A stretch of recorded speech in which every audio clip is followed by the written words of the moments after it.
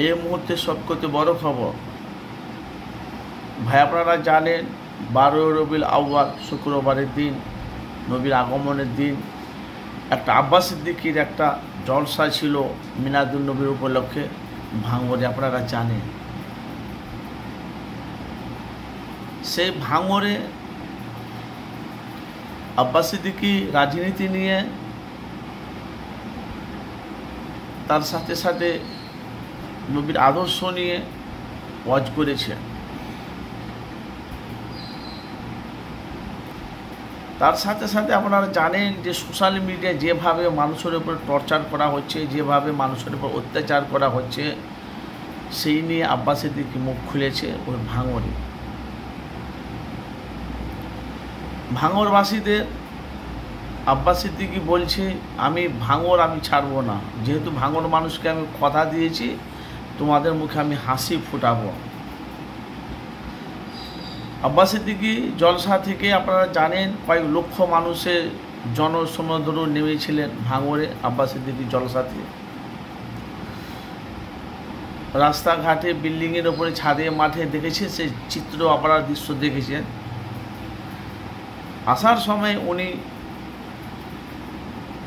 মিডিয়ারা ওনাকে প্রশ্ন করেছে।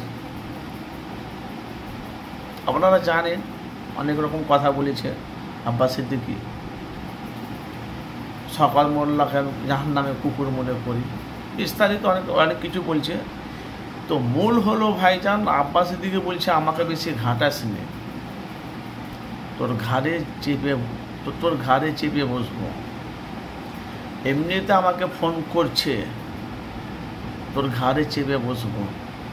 দম বার করার সময় পাবি না। আমি সব করতে পারি, কিন্তু হ্যাঁ, যেটা শরীয়তে জায়েজ আছে সেটা করে, যেটা বাস্তব ঠিকই বলেছে। কিন্তু ভাই, সামনে বিধানসভা ভোট, এই যে আব্বাস সিদ্দিকী যে ভাঙড়ে যেভাবে জনজোয়ারটা আমরা দেখলাম, এমনি তো বিরোধী দল দেখলে তো এমনি তো হার্ট অ্যাটাক হয়ে যাবে।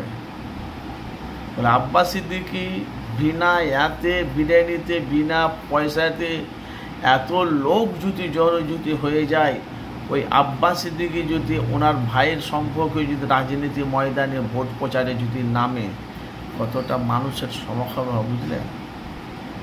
কিন্তু মিলাদুন নবীর উপলক্ষে ওখানেও কিন্তু নওশাদকে রাজনীতি নিয়ে আলোচনা করেছে আব্বাস সিদ্দিকী, যেহেতু সেদিনকে ছিলেন 12 রবিউল আউয়াল, নবীর আগমনের দিন।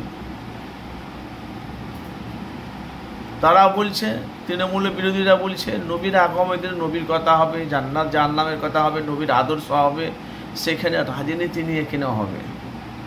ভাই, এই মতামতটা আমি আপনাদের কাছে কিছু বলবো না, আপনারা সেটা মতামত জানাবেন। তো আপনাদের মূল্যবান আপনারা মতামত জানাবেন।